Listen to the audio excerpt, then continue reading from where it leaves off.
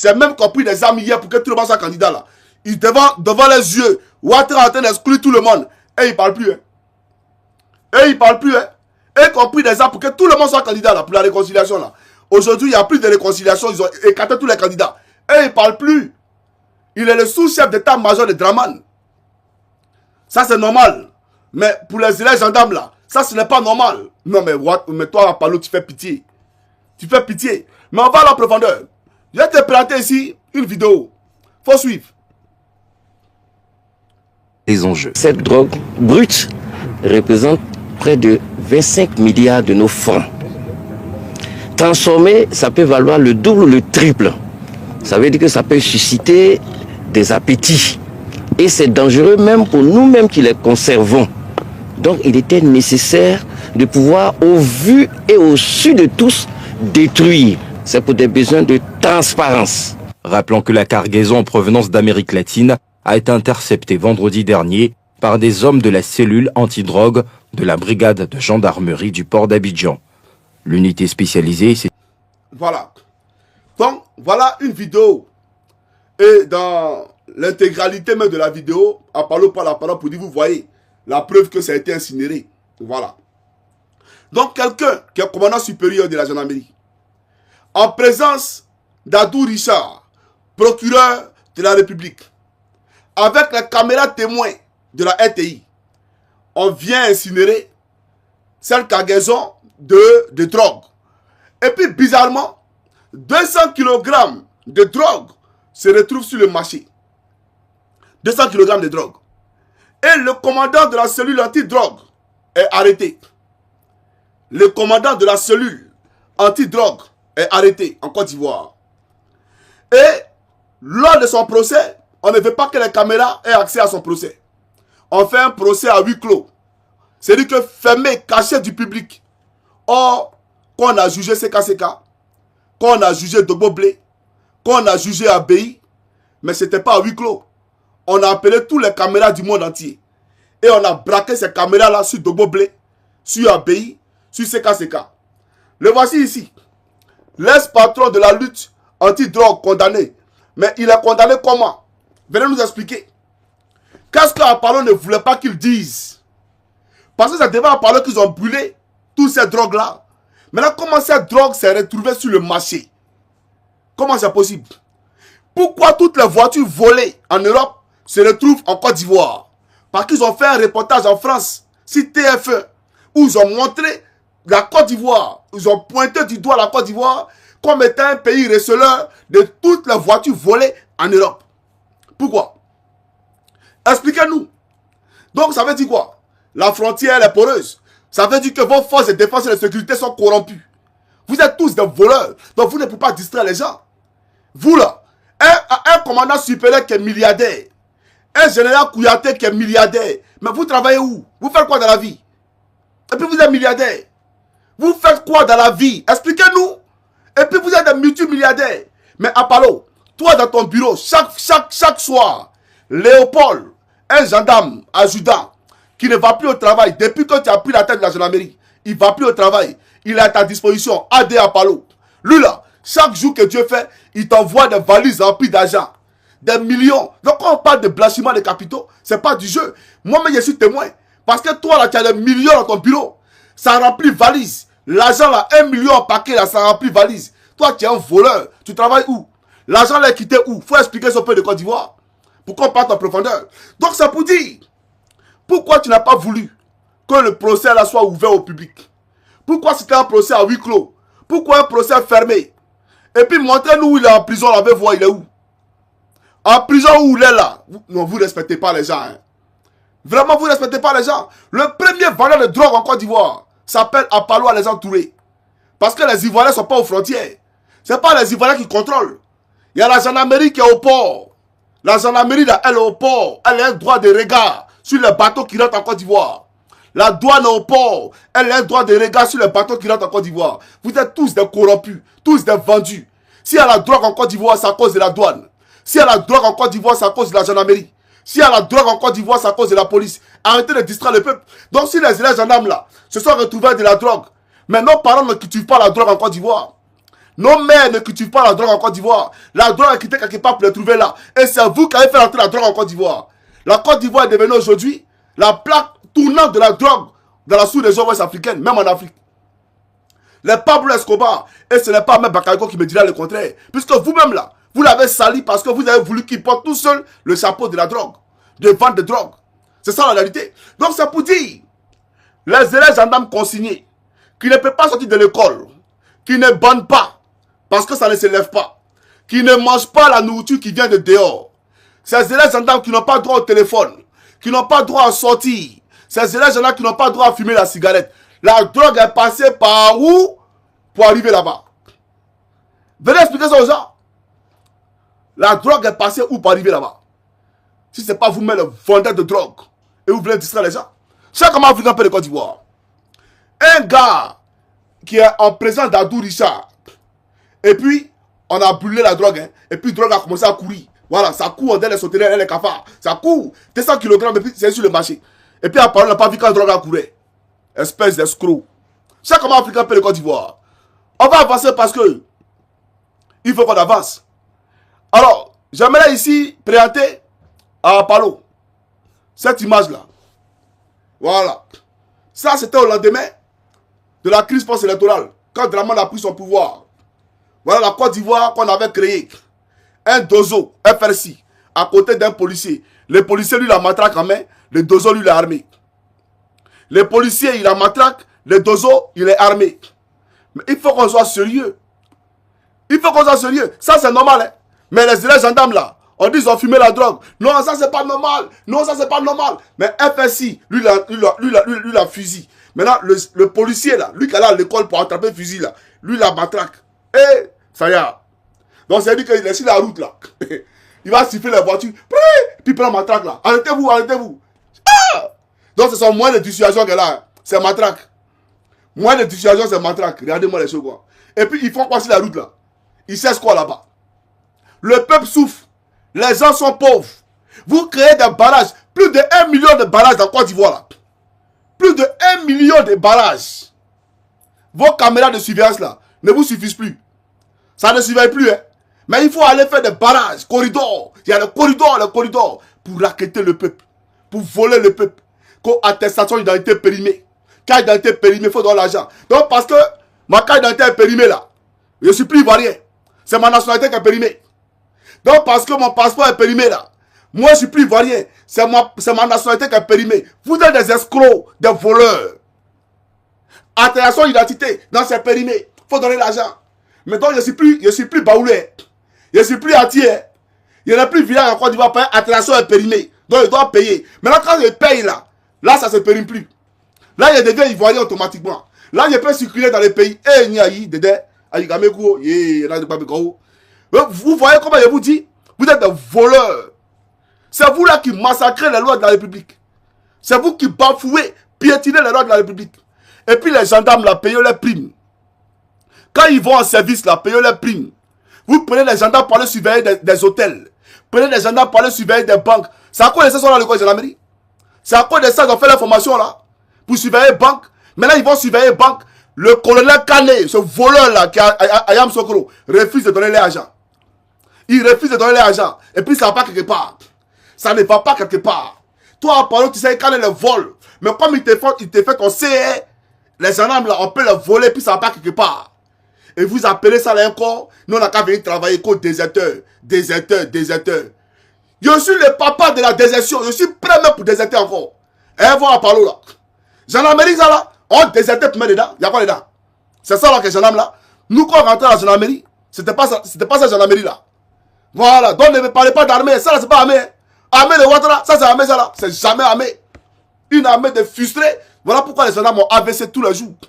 Parce qu'ils sont aigris, ils ne peuvent pas parler. Tellement ça monte, ça descend, l'hydromètre ça remonte comme ça. Par jour, ça monte, ça descend. Donc tous les jours, AVC. Parce que c'est les grès à outrance, bande de méchantes personnes. Vous êtes trop méchants. Les FSI là, ils sont à l'aise. Ils sont millionnaires. Comment Veto le rebelle, il habite à Beverly Hills. Lui, il est voisin à Kandia Kamara. Et Patrick Hachi. Et Didier Drogba. C'est-à-dire que quand Drogba le voit, lui, Veto, Drogba est choqué. Parce que Drogba, là, quand il regarde, lui, son quartier là, il sait que c'est Chelsea, son football qu'il a envoyé là-bas. Mais toi, Vecho là, qui t'a envoyé à Beverly Hills, c'est le vol. Non, mais c'est pas possible. Non, mais c'est pas possible. Ouais, c'est pas possible. Côte d'Ivoire. Non, mais c'est pas possible. Un rebelle, FSI, voisin de Drogba. Un rebelle, FRC, voisin de Tiemo Komiele. Un rebelle, FSI, voisin de Kandja Kamara, de Patrick Hachi. Eh, Nyayo Dede. Tu as enlevé l'argent où, Vecho? Voilà pourquoi vous dites que vous êtes des voleurs. Drogba mérite d'habiter là-bas. Toi, tu mérites d'habiter là-bas. À part on ne voit pas ça. On ne te demande pas comment tu as pour payer maison là. Ça, c'est normal. Non, mais c'est pas possible. La Côte d'Ivoire, on marche sur la tête là-bas. Non, mais c'est pas possible. Ouais, Côte d'Ivoire. Alors, profondeur, les gars. Parce qu'on adore les profondeurs. Donc, c'est pour te dire, quand tu voyais policier puis FSI à côté là, et puis FSI armé, puis policier n'est pas armé là, c'est normal, hein? Ça, c'était normal. Que les gendarmes, ils ont un truc. C'est toi qui as fait disparaître tes 120 kilos de drogue là. Le commandant de la cellule anti-drogue là, ce commandant là, c'est lui qui a pris par les fans d'Atologue là-bas. Tu n'as pas compris ça? Et tu l'enlèves, tu mets la femme d'Atu Banga. Un Talweg que tu m'applaudes à outrance. Toi, tu es un homme. Tu m'applaudes Talweg du petit. Et puis tu te fais appeler. Non, mais c'est pas possible. Non, mais lui là, c'est pas possible. C'est-à-dire, il moukou moussou de son camarade. Oui. Batazar. Et puis on est dedans comme ça, dans Côte d'Ivoire là. On est dedans. Il y a un qui rend service à Draman Ouattara.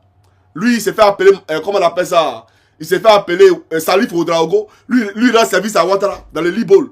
Maintenant, toi aussi, tu rends service à Atu Banga. Sois sérieux, les gars. Alors, en profondeur, parce qu'on adore les profondeurs. À parler d'ailleurs, il va en profondeur. Chaque homme africain peut de Côte d'Ivoire. Alors, on a montré ici un soi-disant procureur. Donc, Adou Richard n'est pas crédible. Adou Richard est un vendeur de drogue. Parce que, sous ta coupole, c'est-à-dire que, sous ta supervision, on a incinéré 200, combien de kilogrammes de drogue. Et puis 200 kilogrammes de drogue ont disparu. Ça a couru. C'est-à-dire que ça a couru comme les Schtroumpfs et Gagamel. Les Schtroumpfs et Gagamel. Et puis ça s'est retrouvé à l'école de Gendarmerie. Adou Richard est un vendeur de drogue. Voilà la réalité. On va aller en profondeur, chers camarades, parce qu'il faut qu'on parle de profondeur. Alors, ici, j'ai montré ça à Palou. Il faut suivre ça attentivement. Hein. Il faut suivre ça attentivement. Voilà, parce que ça là, c'est un point vraiment important. Chers amis africains de Côte d'Ivoire, suivez. Mais c'est ça, c'est toi qui es ici qui fournit les amours. C'est la base de notre mort.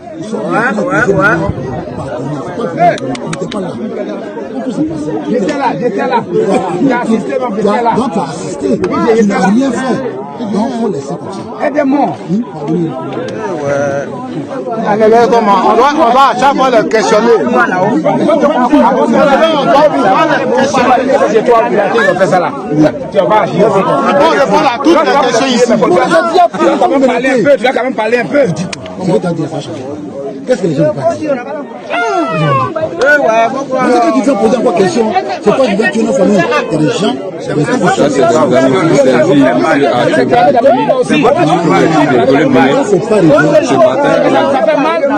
des gens pour tuer tes propres frères. C'est pas bon. C'est pas bon. Non domestique. Et puis ici on peut nous faire des on l'a mis. Il y a on l'a fait du mal. C'est à cause de ça même. Il y a d'où un chef, il y a d'où. On est dans notre village, toute ma vie, avec des sentiers. Il fait qu'on a tout fait, il y a des tout ça, c'est un sentier. Tu ne peux pas changer. Non, c'est lui qui passe derrière là. C'est lui qui passe derrière. Il n'a qu'à fumer fusil là. Il n'a qu'à fumer fusil là. Il n'a pas de fusil, on va fumer. Écoute bien, ça veut dire que tous ceux qui parlent. Non. C'est des présents que je vous dis tout à l'heure. Moi, il n'a pas de fumer, plus fusil, plus moto, plus les matatas. Oui. Est-ce que vous êtes en train de vous dire? Oui. Quand lui est en train de filmer, lui qui est là sorti. Quand lui qui est là en train de filmer, lui qui est là sorti. Tout ce que tu dis là, c'est enregistré. Seulement on connaît le malfaiteur qui est dans l'image là. C'est comme ça, on prend même, tu peux prendre une photo, tu prends 10 personnes. Mais il y a une personne marquée dedans. Quand quelqu'un change, on l'accompagne. Laisse-moi terminer, tu as parlé. Mais parole au bout de 5 minutes. Maintenant, avec l'esprit que vous avez, si quelque chose lui arrive, il fallait de façon chacun vient frapper. Si quelque chose lui arrive, même si quelqu'un ne va pas le frapper même. Oui. Vous allez publier. Et quand quelque chose va arriver, c'est ensemble maintenant, on recherche les gens. C'est pour ça que je suis en train de dire, calmez-vous, filmez rien, faites ce que vous voulez. Mais ne les touchez pas. Jamais. Afin de dire, vous allez c'est qu'il dit là, c'est pas tout. Non, c'est même pas ce qu'il dit. Mais lui, là, si tu l'as besoin, tout à l'heure, il peut déclarer tout ce qu'il y a derrière.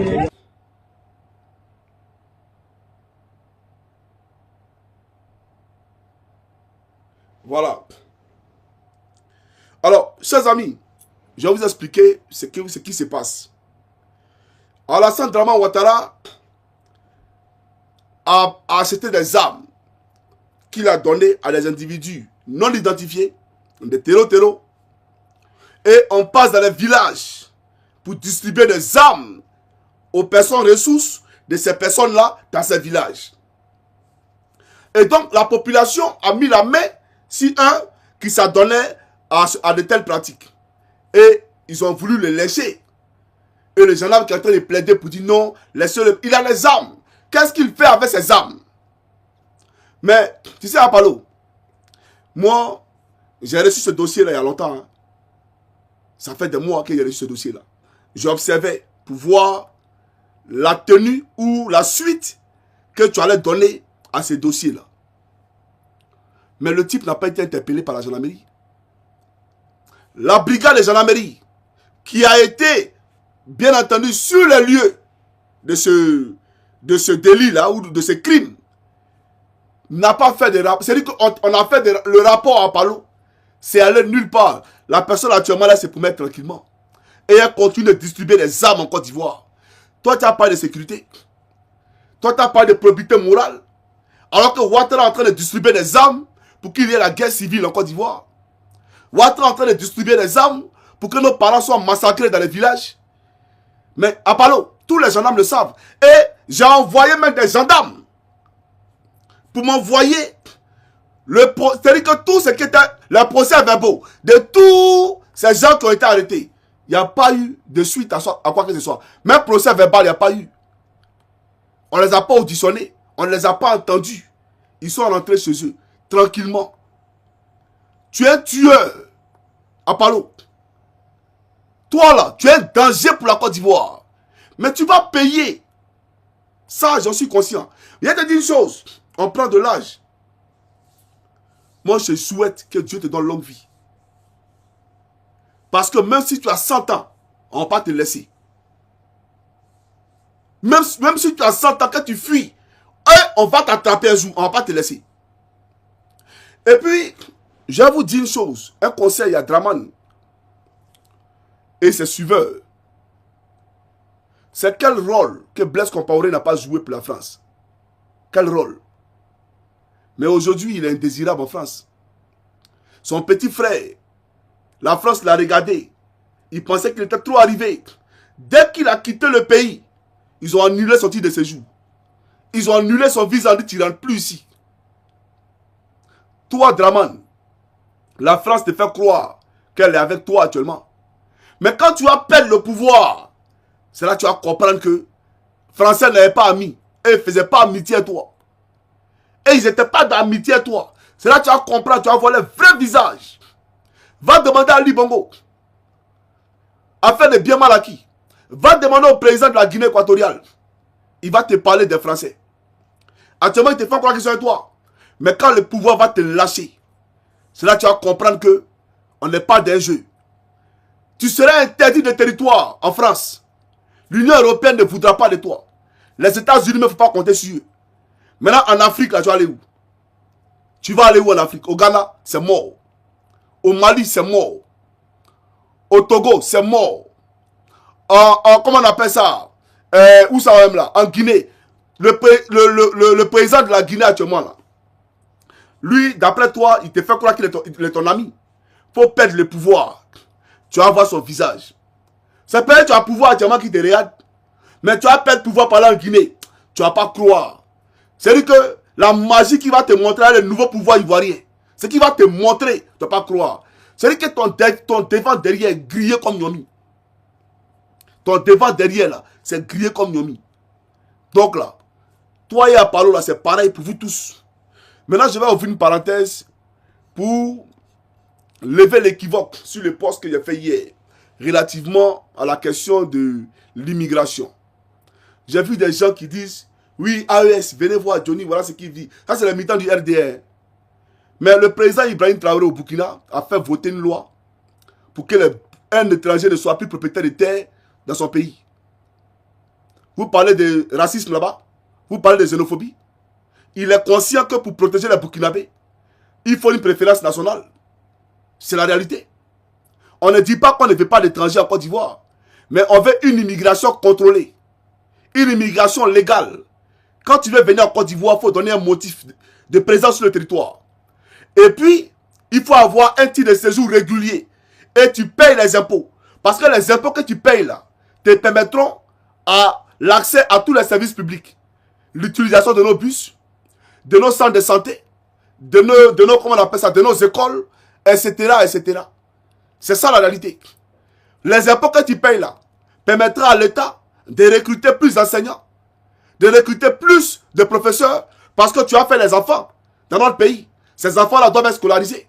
Mais les gens qui viennent, qui vivent illégalement, on ne sait même pas leur présence sur le territoire. Ils vivent illégalement sur le dos de l'État.